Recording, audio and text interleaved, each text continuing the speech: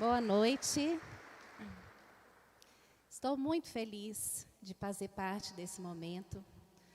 É uma alegria imensa, Padre Paulo, Alain, estar com vocês aqui nessa noite. Eu sou professora também, né? Há muito tempo. Comecei com 18 anos a estar em sala de aula, primeiramente enquanto estudante de pedagogia, depois fui professora da educação infantil, do ensino fundamental e depois da universidade, né? Então, toda a minha trajetória, apesar de ainda ser pequena, perto do que ainda virá, se Deus quiser, né? É uma trajetória que me faz ter muitas lembranças, né? Muitas alegrias, mas também foi uma trajetória de muitos desafios. Então, hoje, nessa noite, o Alain fez um apanhado, né, do Pacto Educativo Global, da mensagem do Papa Francisco para nós.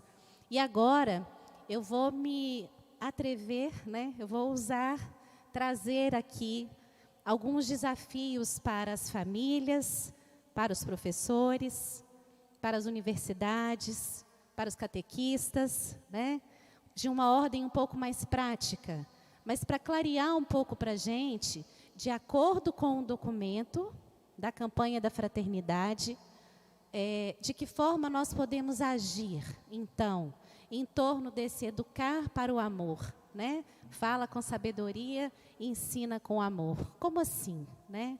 De que forma a gente pode fazer isso? E eu fico muito alegre, enquanto uma educadora universitária, de estar falando aqui hoje para vocês de uma coisa tão simples, que é o amor. Nós precisamos falar de amor nas nossas escolas, nós precisamos falar de amor nas nossas universidades. Eu tenho professores universitários aqui, que inclusive trabalharam comigo, né? Então, nós temos essa necessidade. E também falar de amor nas famílias, nas pastorais, nas catequeses e por onde a gente for, tá? Então, vamos conversar um pouquinho sobre isso. Eu queria dizer para vocês algumas coisas primeiramente, só um minuto. Opa. Sobre essa questão um pouquinho mais política, mas para a gente entender do que a gente está dizendo, né? O documento da campanha da fraternidade traz todas essas questões importantes aqui para a gente. E é muito importante que a gente entenda esse contexto político que a educação brasileira se insere, para a gente entender do que a gente vai dizer aqui agora. Tá? Então, como que se configura essa política educacional no Brasil, né? Eu fiz um recorte aqui para a gente. Depois da década de 90, que a gente teve a Constituição Federal lá em 88, né? Então, muita coisa mudou. A educação passou a ser um direito, mas ela passou a ser um direito diante de um processo que a gente estava vivendo. Tem um grande amigo aqui, um grande colega de trabalho, que entende muito mais disso do que eu, professor Sávio. Eu tenho a honra de olhar para você nesse momento. E ele sabe do que eu estou dizendo, né, Sávio? Nós passamos por um momento de globalização e de neoliberalismo, e esse momento trouxe uma série de reflexos para a educação brasileira. Então, é muito importante a gente entender que nós passamos a viver e a vivenciar e a ler nos nossos documentos políticos para a educação esse processo mercantil invadindo as nossas escolas, né? Então, é muito importante a gente entender isso. O Alain trouxe agora mesmo para a gente uma palavra importante. Lá na Revolução Industrial, nós tivemos reflexos importantes para a escola no mundo inteiro. E a gente começou a entender a escola como uma fábrica, né? Vocês já ouviram aquela música do Pink Floyd? Tem até um clipe que se chama Another Brick on the Wall, acho que é isso, né? Não sei se vocês já viram esse clipe. Se não tiverem visto, convido até a assistir no YouTube, é bem rápido. Mas ele mostra justamente esse processo fabril da escola, como se a escola fosse uma fábrica de produzir pessoas totalmente iguais umas às outras, padronizadas, né? Então, ele fala, no final de tudo, nós somos apenas mais um tijolo no muro.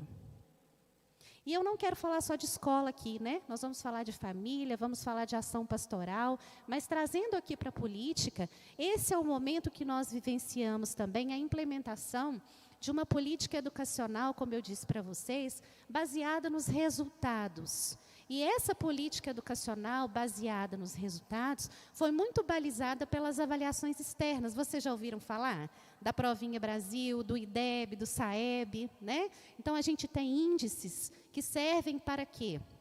Que servem para ranqueamento dessas escolas, justamente para que a gente tenha uma educação baseada em números, e que esses números são fomentadores de políticas para a educação. É como se o governo barganhasse, né? Como se o Estado, o governo não, o Estado, barganhasse com as escolas, de acordo com o seu ranqueamento, de acordo com aquilo que você produz, nós vamos inserir um financiamento, né? Então, esse caráter mercantil acabou atingindo até as salas de aula. Hoje em dia, nós temos professores que recebem 14º salário, se tiverem um ranqueamento de acordo com o nível do MEC lá, um bom rendimento dos seus alunos. Então, esse processo que a educação começou a passar, ele chama muita atenção de todos nós, porque o documento da campanha da fraternidade traz essa questão. Nós precisamos de projetos para superar, por exemplo, o analfabetismo no Brasil e também o analfabetismo funcional. Hoje nós temos mais de 38 milhões de pessoas no Brasil que não conseguem ler e escrever de forma efetiva, né? Esses números são gritantes para nós, tá? Então, é urgente que a gente trabalhe nessa melhoria de condições de ensino, principalmente o documento da campanha da fraternidade nos diz isso, para as camadas populares da população. Nós temos uma dívida enorme e histórica com os negros, com os quilombolas, com os indígenas, né? Então, a gente precisa pensar um pouco nisso. Só um minutinho aqui. Pronto. Opa.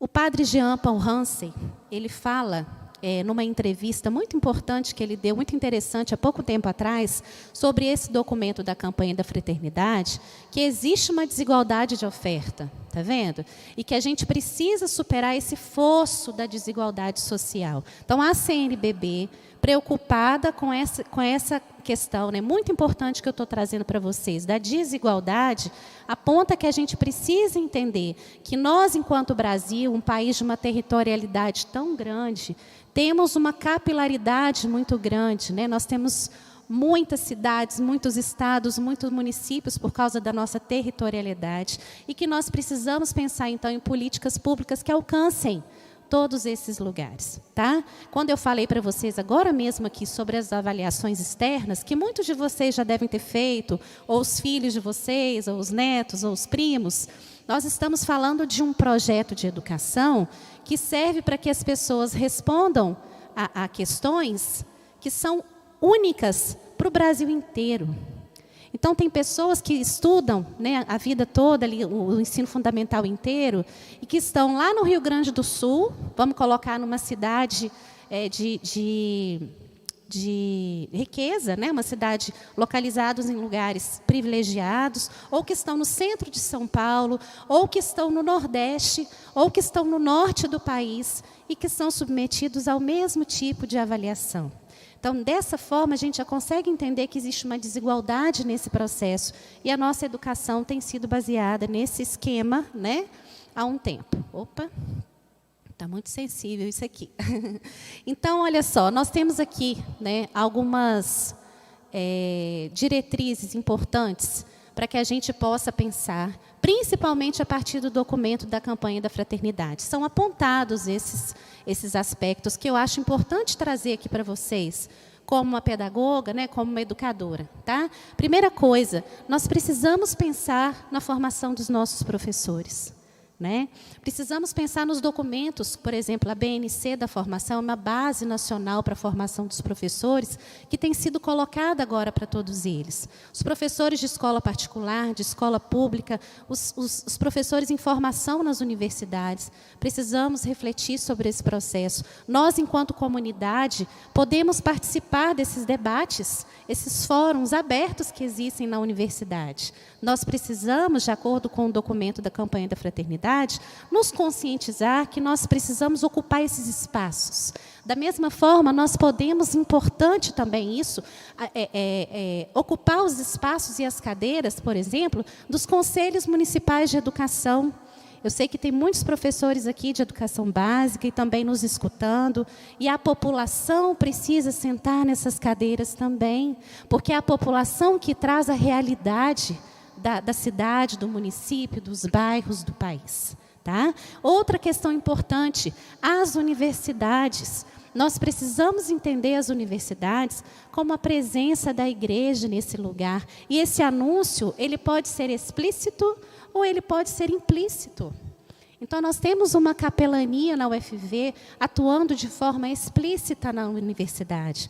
Mas nós, enquanto educadores, também podemos, a partir da nossa postura, né, Alain, dos nossos valores, daquilo que nós trazemos como fundamental para o nosso trabalho, trazer também esses valores que são muito importantes para os nossos alunos. Tá? Outra questão que a gente tem aí no documento, eu coloquei até a figura do documento para vocês entenderem, é que a gente precisa entender, que a gente precisa acolher e ter um diálogo cultural com os estudantes de origem, como eu disse para vocês, quilombola, indígena, refugiados, povos das florestas, né?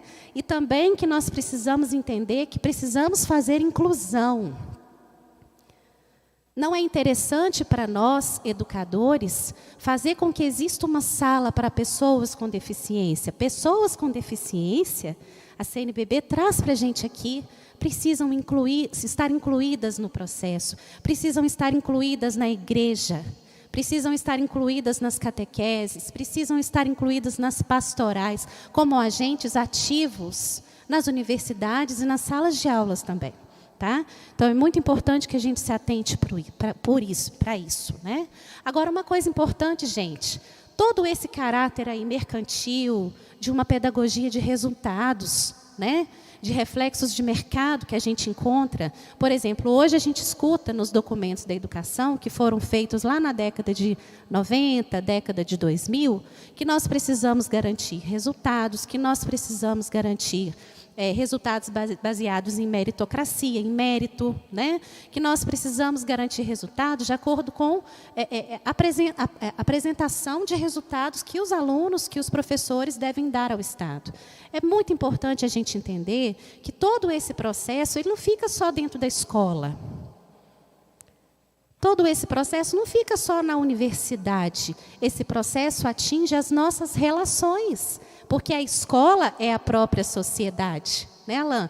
As universidades são a própria sociedade. Não existe essa divisão. Dentro do prédio da escola, acontece a questão pedagógica.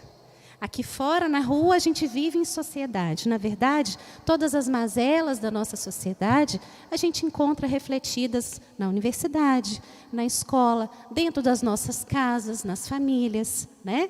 Então, por que eu trouxe um pouco essa questão de pedagogias do desencontro? Porque eu acho muito importante a gente conversar um pouco sobre essa questão, a partir do momento em que os reflexos de desigualdade não ficam só na escola, eles também entram dentro da nossa casa. Né? Então, eu vou falar um pouquinho aqui para vocês de escola e vou falar um pouquinho para vocês também de relação da família, porque eu acho que é muito importante, a gente veio buscar isso. Né? É importante para a gente também. Então, olha, na educação tradicional, a gente tem aí, né, que historicamente faz parte do processo pedagógico das nossas escolas no Brasil. A gente tem influências aí muito grandes, por exemplo, como o Alain acabou de trazer para a gente aqui também, de uma perspectiva na qual o professor é o centro do processo de aprendizagem. Né? Então, essa questão que o Alain já trouxe, eu não vou aprofundar muito, mas é muito importante a gente entender que durante muito tempo, e até hoje, vou contar esse segredo para vocês, tem muitos educadores, muitos professores que atuam para corrigir as marginalidades dos alunos. Ficam a tarde toda querendo, a manhã toda querendo, né, criar sanções para que os estudantes se enquadrem, se encaixem no modelo de aprendizagem. Essa perspectiva de educação tradicional, né, que tem aí como origem uma teoria bem tecnicista, que quer trazer os estudantes para a formação, para o mercado de trabalho, para a competitividade, para todas essas questões, ela se esbarra muito numa concepção que a gente chama de educação bancária. né?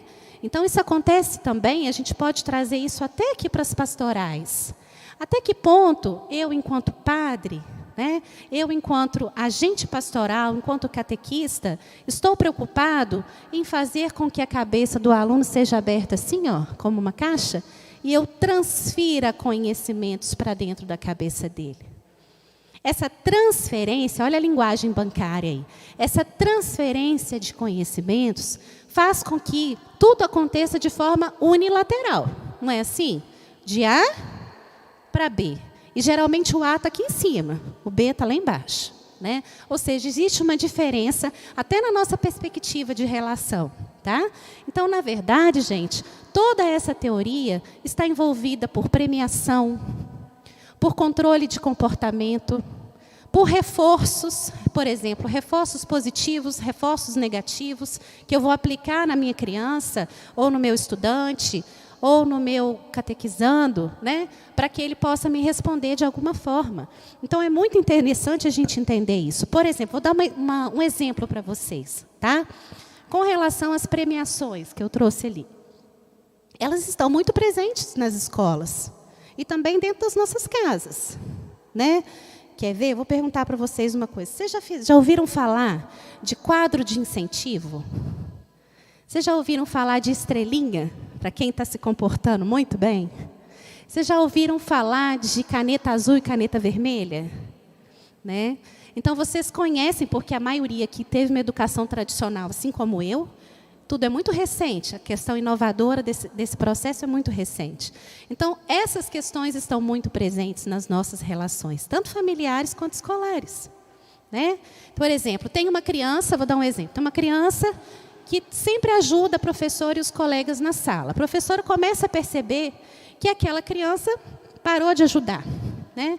E ela começa a fazer premiações. Toda vez que você ajudar, você vai ganhar uma estrela.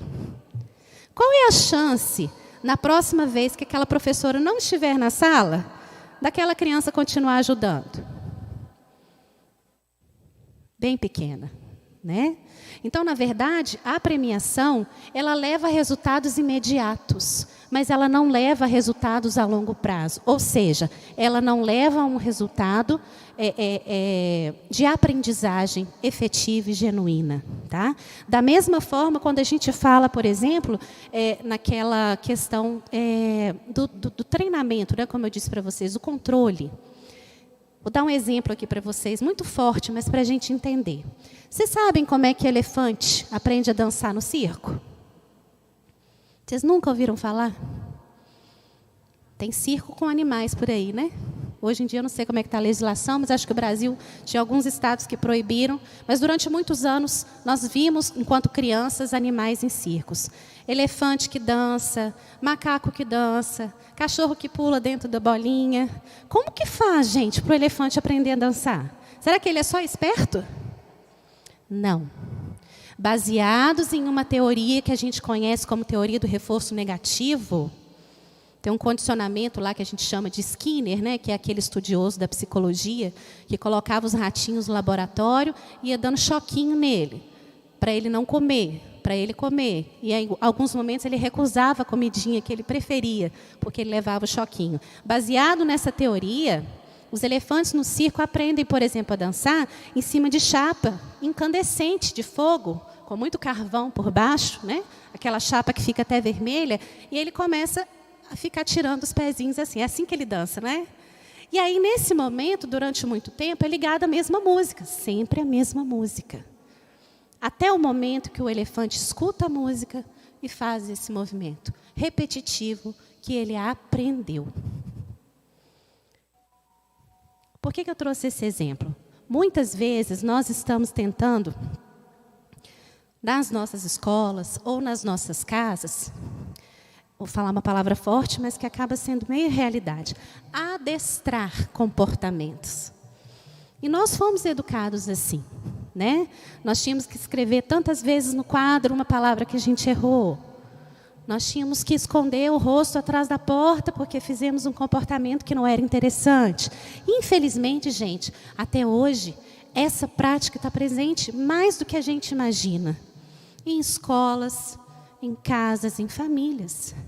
Então, eu estou trazendo isso aqui para vocês, porque a punição, o controle do comportamento, dessa forma, ele está em desacordo com aquilo que o documento da CNBB traz para nós. Fala com sabedoria e educa com amor. Nós começamos a terceirizar para o medo, terceirizar para o castigo, terceirizar para a punição, né? Então, por exemplo, vocês já ouviram falar numa expressão chamada perder o direito nas escolas? Alguém aqui é educador? Levanta a mão para mim, quem é educador? Quem está em casa também pode fingir que está levantando a mão assim, né? Eu. O que é perder o direito hoje na escola? É uma frase de moda que ultimamente colocaram para disfarçar, falar que eu estou te colocando de castigo. Fulaninho, você perdeu o direito do parquinho hoje, porque você não copiou a atividade no quadro. Por que eu estou dizendo isso? Existe uma diferença muito grande entre castigo e entre consequência. Isso é muito importante da gente entender. A gente que é mãe, que é pai, que é professor, que é catequista, a gente precisa entender isso, gente. Isso é agir com misericórdia, como diz o documento da campanha da fraternidade. Castigo é quando você relaciona uma causa a uma consequência que não tem nada a ver com aquela causa. Por exemplo, você hoje não vai no aniversário do seu amigo porque você não comeu tudo. O que tem a ver o aniversário com comer tudo? Você hoje não vai no parquinho porque você conversou com seu amigo na sala, né? Essas relações, elas começam a ficar doentias porque se esquece que as coisas têm consequências. Por que a gente não apresenta consequência? Seu quarto está bagunçado. Vamos no outro quarto com a mamãe, no quarto de cá, que está arrumado. O que você está sentindo aqui? Porque ele está todo arrumado. Qual é a consequência de deixar o seu quarto bagunçado? A consequência, ela educa. O castigo, ele revolta. E aí tem algumas questões importantes que eu queria trazer para vocês, que, por exemplo, quando eu castigo a criança, ou ela pode se ressentir, ela fica ressentida, muito triste, e ela fala, isso não é justo, né? Eu não sou amada por essa família, isso não é justo. Ou com castigo também, aquela criança que fica lá no cantinho do pensamento, né? Ela não fica pensando no que ela errou. Ela fica pensando, por exemplo, em retaliação. Ela vai pensar assim, eles estão ganhando agora, mas a próxima vez eu que vou ganhar. Né? Ou então, quando ela está lá de castigo, eles vão pensar em rebeldia. A própria criança vai dizer, eu vou fazer exatamente o contrário da próxima vez. Ou então a criança vai fazer atitudes dissimuladas. Ela vai pensar na dissimulação. Ela vai pensar em falar mentira da próxima vez para ela não ser punida, né? E por aí vai. E o principal, vai desenvolver uma baixa autoestima, né? Porque ela vai pensar o tempo todo, eu não sou boa. Né? E tudo isso, gente, fundamenta uma atitude de desamor. E que é muito importante que a gente reflita sobre ela nos nossos processos educativos, pastorais e familiares. Tá? Então, essa perda do direito, como eu falei, né, se você perde o direito de brincar na escola, nós, educadores, estamos indo contra o direito da criança e do adolescente, lá no Estatuto da Criança e do Adolescente. Toda criança tem direito de brincar. Né? Então, é básico, né? A gente precisa pensar nisso. Eu tive um aluno, vou contar para vocês uma história aqui, que ele era hiperativo, numa escola aqui de Viçosa, né? Onde eu trabalhei no ensino fundamental. E um dia eu cheguei na sala, ele estava chorando muito, ele esperneava, né? Ele já tinha 8 anos. A turma olhava para ele assustada, assim. E ele falou assim, olha, professora, eu estou numa prisão de grades invisíveis. 8 anos. Na hora eu me emocionei, né? Porque uma criança de 8 anos viveu um processo tão grande de dor. Ele falava assim, eu não caibo nessa escola. Aqui não cabe a minha vida, o meu jeito. Era uma criança hiperativa que precisava de inclusão. Precisava de compreensão. E não de punição. E estava numa prisão de grades invisíveis. Muito forte, né? Mas é a realidade dele ali, a verdade dele ali. Como eu falei para vocês, a gente precisa falar de amor nas escolas, sim. Né? Não é só na igreja que a gente precisa falar de amor, não. Nós precisamos falar de amor nas universidades, sim. Nós temos casos muito complicados também de relação com professor e aluno nas universidades também. O desamor está ali, né, o tempo todo nas nossas relações. Precisamos falar sobre isso. E por isso, gente, que eu queria trazer para vocês aqui uma proposta, né? De acordo com o documento da campanha, o que a gente pode pensar a nível político, a nível religioso e a nível pedagógico, tá? Não está exatamente assim no documento da campanha, mas está baseado naquilo que a gente leu, que a gente estudou, né, para a campanha da fraternidade. Olha, a nível político, é urgente que a gente pense em programas, em políticas públicas, né, em currículos e projetos educativos que contemplem essa questão da vida, educar para a vida. Até que ponto nossas políticas públicas estão voltadas para uma educação voltada para uma cultura do encontro, né? E não uma pedagogia do desencontro, voltada somente para formar pessoas para o mercado de trabalho. E, a partir daí, serem punidas por isso, até se enquadrarem nesse modelo, né? Outra coisa, a nível religioso, nós precisamos pensar em ações pastorais e catequéticas para que a gente possa conseguir, sim, a libertação dos pobres e excluídos. A igreja tem um papel muito importante nesse aspecto, né? Essas relações a partir da fraternidade, como o Papa diz para nós, uma igreja em saída. Não uma igreja de portas fechadas, mas uma igreja que envia, uma igreja missionária, né? E aí que ele vai dizer para a gente que nós precisamos de um dinamismo missionário. Vocês já ouviram falar de Santa Teresinha do Menino Jesus? A Santa das Rosas, né? Assim que todo mundo conhece, né? Na hora que eu falei das rosas, todo mundo conhece. Santa Teresinha morava dentro de um convento. Com 20 e poucos anos, ela descobriu a vocação dela. Ela falou assim, eu queria ser tudo. Eu queria ser missionária, eu queria ser padre, eu queria ser freira, eu queria ser mãe, eu queria ser filha, eu queria ser esposa, eu queria ser mãe de todas as almas. Jesus não cabe dentro de mim. Aí ela falou assim, já sei, eu vou ser o amor. E ela é padroeira dos missionários, porque ela rezava pelos missionários e tinha vários amigos padres, missionários, que ela se comunicava por cartas, sem ter saído do convento nenhuma vez. Porque a vocação dela é o amor. Olha que interessante. Nós somos convidados a esse dinamismo missionário.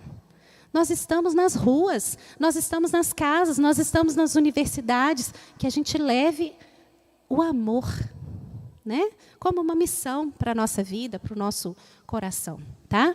E também, gente, é muito importante a gente lembrar, eu acho que é muito pedagógico a gente lembrar das metodologias que Jesus utilizava, porque eu acho que faz a gente crescer bastante. O próprio Jesus trabalhava com uma educação nada tradicional, com seus discípulos, com seus apóstolos. Ele sempre falava assim, olha, vou te contar uma história. E aí ele contava uma história do jovem rico ou uma história do filho pródigo, para que as pessoas pudessem entender melhor o que elas precisavam aprender naquele momento. Era um ato de misericórdia, um ato de amor, mas também uma forma de gerar uma aprendizagem significativa para aquelas pessoas sobre o que elas precisavam entender, né? Jesus fazia perguntas, ele dizia assim, Pedro, quem você diz que eu sou?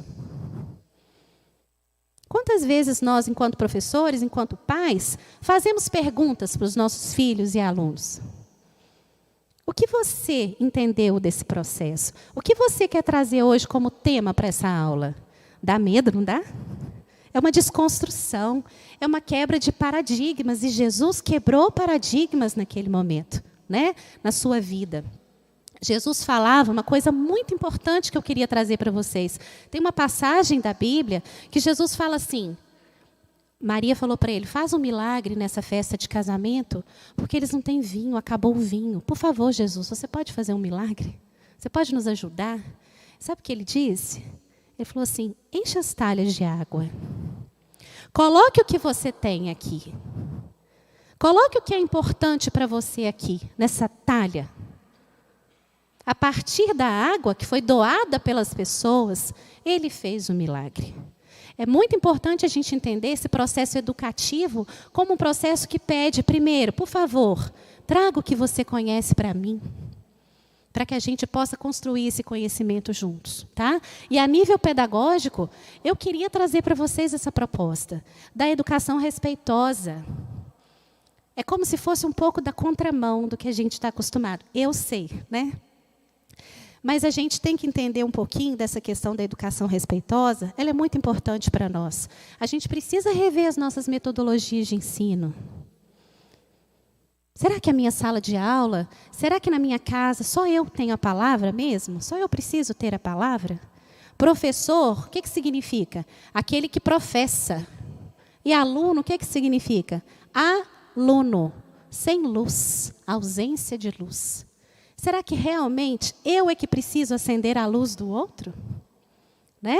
Então, é muito importante que a gente entenda educador e educando, como o Alan trouxe para a gente agora mesmo, porque nós vivemos esse processo de igualdade e de construção de conhecimento juntos. Tá? É muito importante na escola também a gente entender uma coisa que eu quero dizer para vocês e que é muito comum e que é muito recorrente. O erro leva a muito sofrimento na escola, né? Vocês têm filhos aí, netos, parentes, que já passaram por avaliações muito difíceis e foram reprovados ou tiraram vermelho, não é assim? Isso gera um sofrimento imenso. Né? Então, o erro, vou dizer para vocês aqui, ele pode e deve ser utilizado como uma estratégia de aprendizagem. O erro, ele pode ser um degrau para a aprendizagem. Na universidade, nas minhas aulas, no curso de pedagogia, dou aula para eles, para adultos. O refazer é muito importante. Eu tenho alunos que refazem a prova, sem medo de perder o meu lugar de educadora, que é a única do processo de aprendizagem que tem voz. Alguns colegas já me disseram, você é louca? Deixando eles refazerem para eles conseguirem uma nota maior? E aí eu respondo, mas qual é a finalidade da nota? A nota é realmente o processo final que a gente quer ou a aprendizagem? Quando o aluno refaz, ele tem a capacidade de entender o erro, por que errou e crescer com o erro. Mas isso parece um pouco diferente para a gente, né? Então, eu queria trazer isso para vocês também, que é muito importante. Tem um autor chamado Lucchesi, né? Da nossa área da educação, que fala, olha, existe uma face pedagógica do erro na aprendizagem. Ele pode passar do castigo para a virtude. E essa palavra é muito importante para nós aqui, né? Que estamos discutindo o documento da campanha da fraternidade.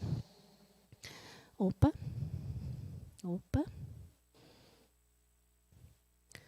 Perguntar para vocês uma coisa, né? Por que nós punimos? Por que nós recorremos ao medo e à rigidez? Essa criança aí sou eu. Quando eu tinha aí meus 7 anos. Eu trouxe para vocês porque o olhar dela diz muito para mim. Eu fui uma criança muito amada. Mas por várias questões, eu vivi um processo de invisibilidade muito grande.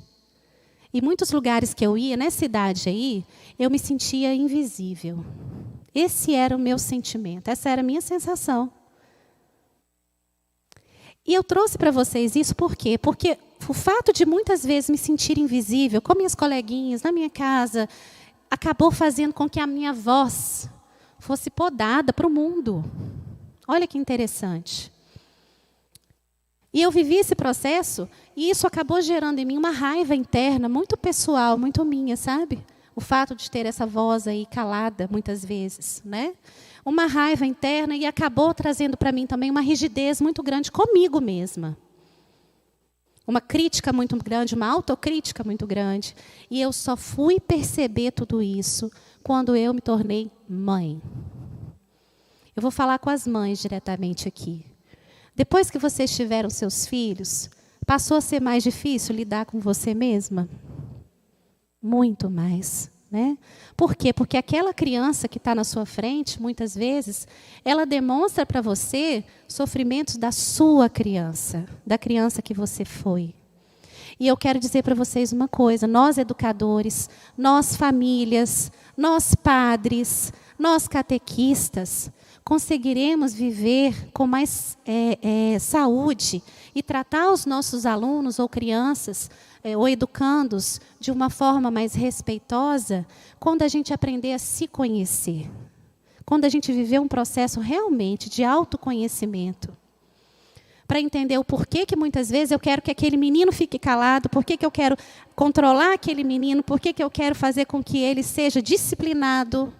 Grita naquele momento é a voz da minha criança, não a voz da criança que está na minha frente. Por isso que eu quero trazer para vocês que nós, aí muitas vezes, temos causas internas que vão conduzir às nossas escolhas na nossa vida. A Lia Luft, que é uma escritora que eu gosto muito, ela diz isso: a infância é o chão pelo qual caminharemos o resto das nossas vidas. Precisamos nos curar. Estamos no lugar certo. Estamos na igreja, né?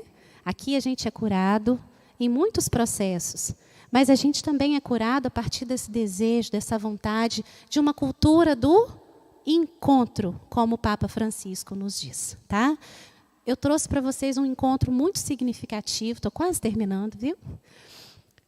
Muito forte, muito bonito e muito restaurador, que eu acho que a gente pode olhar para essa imagem como se a gente estivesse contemplando um quadro, sabe?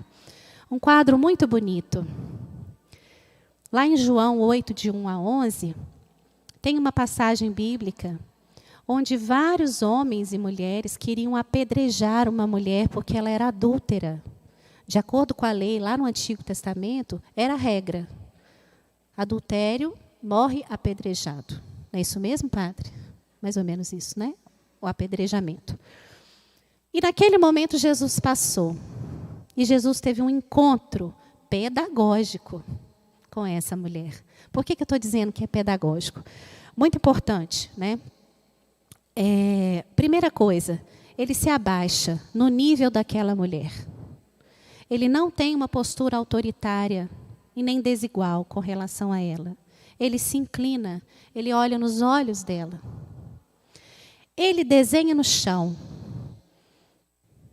Alguns estudiosos da Bíblia dizem que ele redesenha os 10 mandamentos, né? Que ele ressignifica esse momento. Mas ele desenha ali no chão, ele toca o chão. O mais importante é que ele toca a terra, gente. Ele toca a realidade. Ele toca a matéria, o que se tem naquele momento. Ele parte para ensinar aquelas pessoas que estão em volta das pedras. Ele olha para aquelas pedras, as pessoas têm pedras nas mãos. E ele fala para eles, quem não tiver pecado, atire a primeira pedra. Esse momento de aprendizagem profunda e de conversão profunda, com certeza, para muitos deles, né? Trouxe uma restauração para essa mulher também, uma mudança de vida. Foi realmente um encontro pedagógico, misericordioso com ela, né? Por que eu trouxe isso aqui? Porque é muito importante que a gente tenha nas nossas escolas, nas nossas famílias, encontros como o documento da campanha da fraternidade traz, obras de misericórdia, encontros misericordiosos, lá com os meus alunos, né, Eliane, de 3 aninhos, lá com os meus alunos adultos, Viviane, né, lá com meus filhos, 3 filhos de Rose, né, lá com os meus alunos do ensino médio, Sávio, né? Esse encontro pedagógico e profundo que muda a vida das pessoas. A educação, como o Alan trouxe, é responsável por mudar a vida das pessoas. Então, nós temos esse documento tão importante da campanha da fraternidade e temos essas palavras aqui que fazem parte de um desejo profundo do meu coração de que a gente possa modificar, a começar em mim, tá? O ouvido aqui mais perto da boca é o meu. A começar na minha casa, com os meus filhos, com os meus alunos, a criar momentos de obras de misericórdia, a não fazer com que o erro deles seja o centro de tudo, a fazer com que a pessoa deles, né, seja realmente encontrada com amor. Nós precisamos pensar nisso, né? Por isso que o documento diz também que educar é iniciar processos intermináveis, gente. Não adianta a gente pensar que a educação vai terminar no final do ano. O processo é realmente interminável, né? É muito importante a gente pensar que a gente precisa de uma pedagogia libertadora, uma pedagogia que realmente liberte as pessoas de tantas punições, de tantos controles, né? De tantas sanções. Precisamos pensar nisso. O Papa Francisco diz para a gente, olha, precisamos de uma educação humanizada, que contribua na formação de pessoas abertas, integradas, interligadas, né? Olha que interessante. Tem um provérbio africano que o Papa até usa, né, no documento do Pacto Educativo Global, e ele diz assim, olha, para educar uma criança é preciso uma aldeia inteira. Vocês já ouviram falar desse provérbio? Lá na África, né, historicamente, a gente tem as tribos africanas que, quando nascia um bebê, a mãe amamentava. Tinha mulheres e homens, né, pessoas da aldeia, que cuidavam da cultura daquela criança, tinha outras que cuidavam da saúde, tinha outros que cuidavam da alimentação, e a aldeia inteira colaborava para que aquela educação fosse realmente integral. Olha que interessante. Na África, nessas aldeias, as crianças não eram educadas no núcleo familiar somente, sozinhas, com a mãe e o pai. O Papa Francisco faz esse convite para a gente. E a CNBB traz um documento que é muito importante, realmente, que a gente tenha uma educação integral, que a gente pense na igreja, nas famílias, nas escolas, nas políticas públicas, para que a gente entenda a educação como um processo integral. Na carta da CNBB, dos bispos do Brasil, para as famílias, para os gestores, né, para os educadores, para nós, olha o que foi dito pelos bispos. Nossa mais viva esperança é que as famílias, os educadores, os gestores, as escolas, a sociedade em sua totalidade assumam com entusiasmo a coragem de uma missão na aldeia educativa de forma participativa e colaborativa. Somos uma aldeia. Precisamos uns dos outros. Eu preciso que vocês me lembrem várias coisas no meu dia a dia também. Por isso eu tenho a humildade de vir aqui à missa para aprender, porque eu preciso escutar tanto a palavra de Deus, a palavra do Padre, né? O Padre também precisa de mim. Apesar de, às vezes, eu achar que não, porque ele sabe muito, né? Mas ele precisa sim, porque ele precisa aprender também com as famílias, né? Com os leigos. Muitas questões também para a vida dele. Tem uma criança interior ali, Padre, né? Mas tem a criança interior, Paulinho, né? Que traz reflexos para a missão dele hoje. Quais são esses reflexos na sua vida? Eu queria terminar te perguntando isso. Quais são os reflexos da sua criança para a sua vida de educador, para a sua vida de mãe, pai, leigo, padre, catequista? Que a gente se lembre dessa questão, né? E que a gente entenda que a gente precisa das pessoas, porque somos uma aldeia integrada. Esse é o desejo do nosso Papa, né? Esse é o desejo do nosso coração. Muito obrigada a todos.